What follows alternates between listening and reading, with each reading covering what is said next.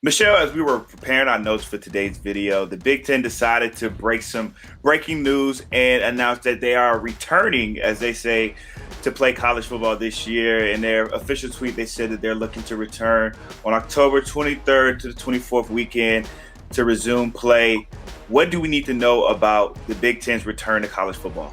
So at this point, we don't have a Big Ten schedule set, and at the time of making this video, we don't exactly have a timetable for when the Big Ten is going to announce its schedule. However, USA Today Sports, Dan Wolken reported that they're looking at an 8-game season, which is 8 games in 8 weeks, basically, which unlike some other conferences that started playing a little bit earlier, there's no built-in wiggle room for the Big Ten should they have to postpone a game or something like that. So with 8 games in 8 weeks, what are the Big Ten chances looking like getting to the college football playoffs? We know with 8 games, your first game is just important as somebody's 5th or 6th game. Well, and that's not totally as different as it usually is. You know, when you say college football season you're always in a playoff. Every game matters, all that jazz.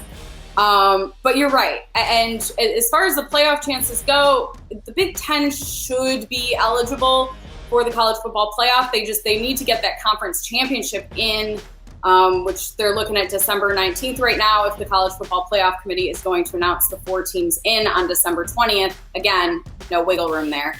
But the one big effect that I think this will have is that if the Big Ten is eligible for the college football playoff, that probably means that a group of 5 team is for Memphis or UCF or someone else, that they're probably not going to get a bid, and their chances to get into the playoff were a little bit higher without a powerhouse conference like the Big Ten in competition. Last thing we need to talk about, the Pac-12 is the last Power 5 conference to not have a fall football season planned. Do we think that's going to change with the Big Ten opting to play this year? Honestly, this is all speculation at this point, right? We really don't know. The Pac-12 is working on a program to have some rapid testing in place and hope to bring back the season, but we don't know when that is, how close they are, if that's a reasonable option, and if they can't get off the ground around or at the same time as the Big Ten, then they probably don't have a chance to get a decent or long enough schedule in this fall. But I mean, we really don't know. It just the Big Ten and Pac-12 have been doing a lot of things together, and this isn't one of them.